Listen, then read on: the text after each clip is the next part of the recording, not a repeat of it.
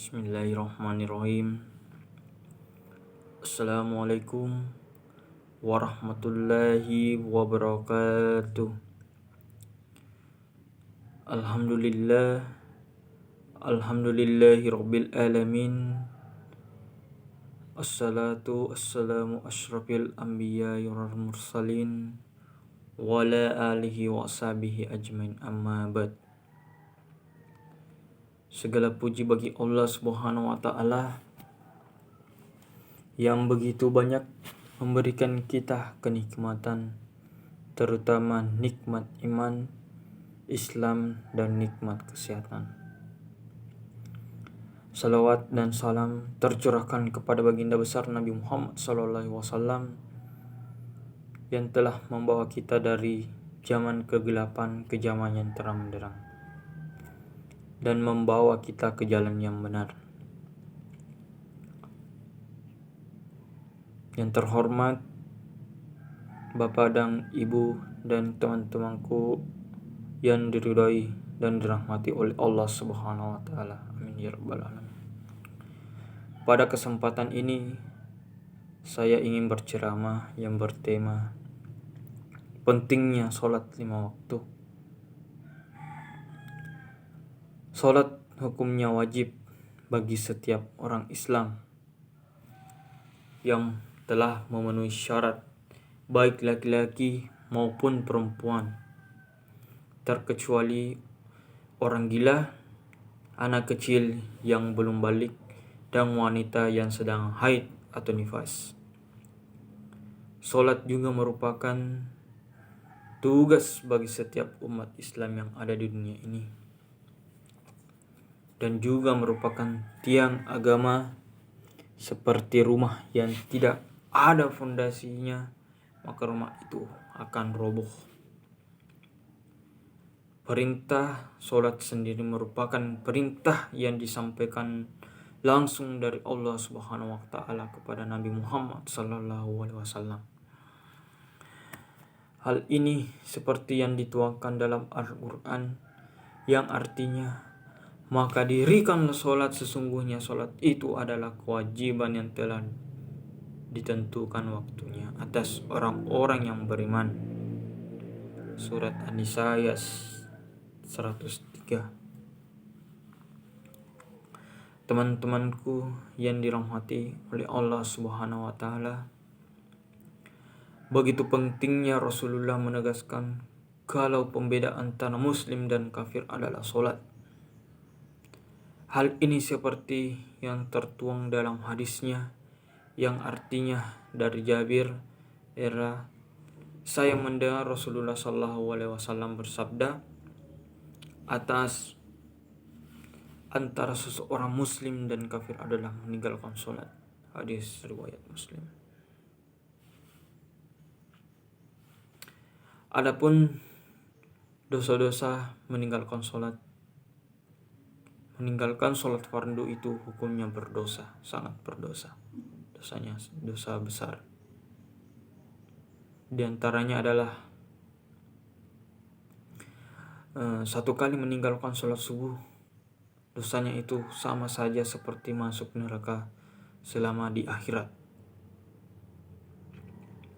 Itu baru di akhirat, bahkan sama saja masuk neraka selama 6.000 tahun di dunia. Satu kali meninggalkan sholat duhur, dosanya itu sama saja seperti membunuh 100 umat Islam. Satu kali meninggalkan sholat asar, dosanya itu sama seperti menghancurkan Ka'bah. Nauzubillah min dzalik. Satu kali meninggalkan sholat maghrib, dosanya itu sama saja seperti berzina dengan orang tua kita sendiri. Nauzubillah min dzalik. Astagfirullahaladzim.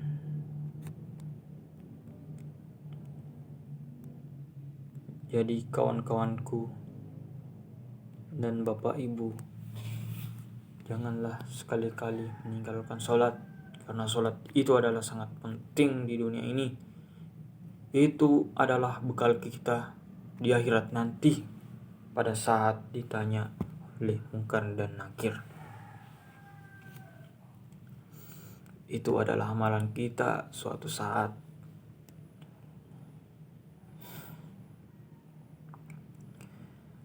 Satu kali meninggalkan sholat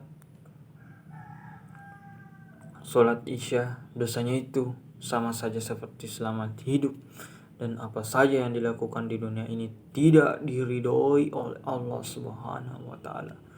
Nauzubillah min zalik. Rasulullah Shallallahu alaihi wasallam bersabda yang diriwayatkan oleh Imam Bukhari, yang artinya seandainya mereka tahu pahala sholat subuh dan asar, niscaya mereka akan mendatanginya meskipun dengan merangkak. Dalam setiap sholat subuh yang kita jalankan terdapat banyak keutamaan yang bisa kita dapat. Salah satunya keutamaan yang bisa didapatkan dengan melaksanakan sholat subuh yaitu mendapatkan persaksian dari malaikat subuh. Begitu juga dalam sholat wajib yang lain. Allah selalu menawarkan pahala yang banyak pada hamba-hambanya yang beriman. Hadirin yang dirahmati oleh Allah Subhanahu wa taala, dalam pelaksanaannya, sholat tidak hanya menjadi sekedar kewajiban yang harus dikerjakan.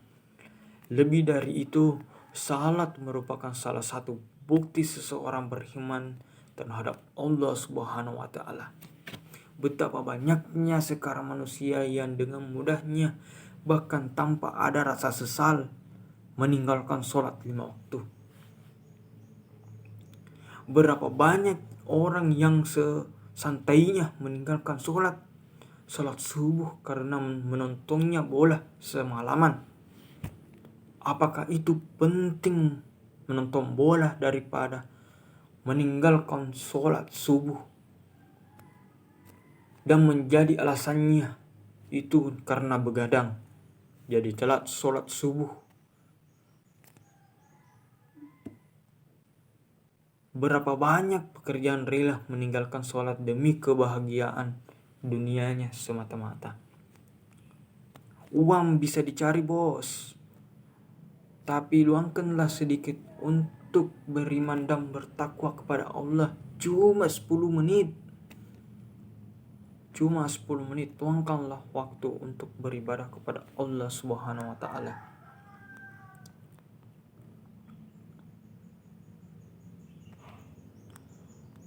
Allah Subhanahu wa taala berfirman dalam surat Al-Maun ayat 4-5 yang artinya, maka celakalah orang-orang yang salat, yaitu orang-orang yang lalai terhadap salatnya.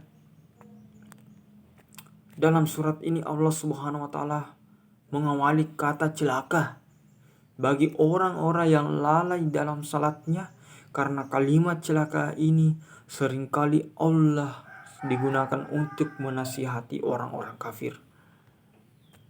Dengan arti lain, bahwa orang yang lalai terhadap salatnya maka dijajarkan dengan orang-orang kafir.